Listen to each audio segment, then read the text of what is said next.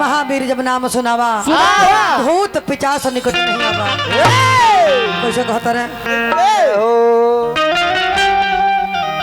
अरे अंजनीला लनवा हो देवता सुनी लहो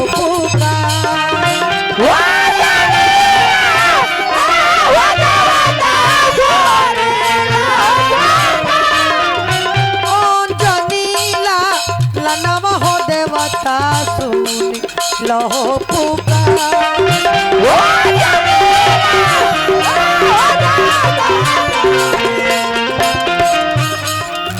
सभवा में आइए बाबा सुन के हो पुकार।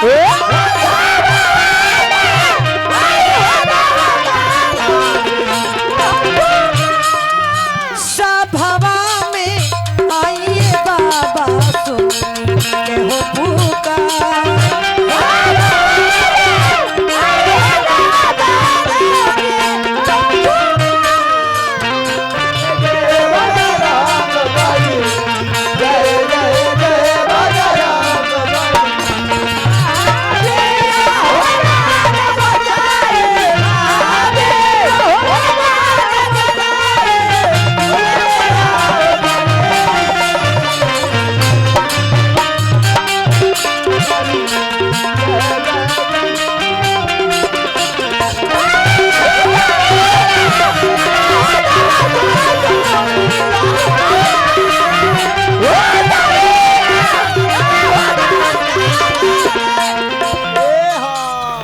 भक्त कहते रहे कि बाबा रे बाबू देवता हैं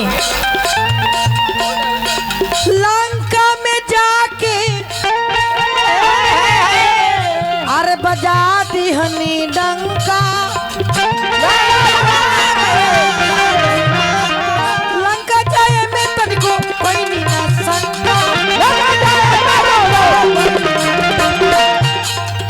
सीनवा को सोहनिए बाबा बोलो तो के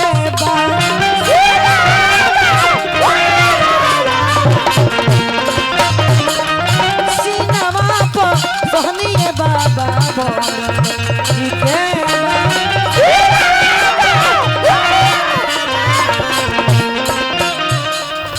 अंजनीला लनवा हो देवता सुन लहो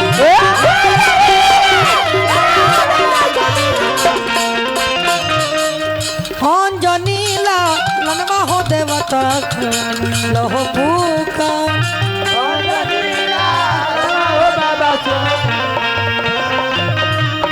अरे बोला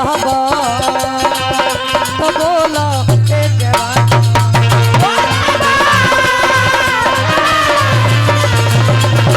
बोला तो बोला जवान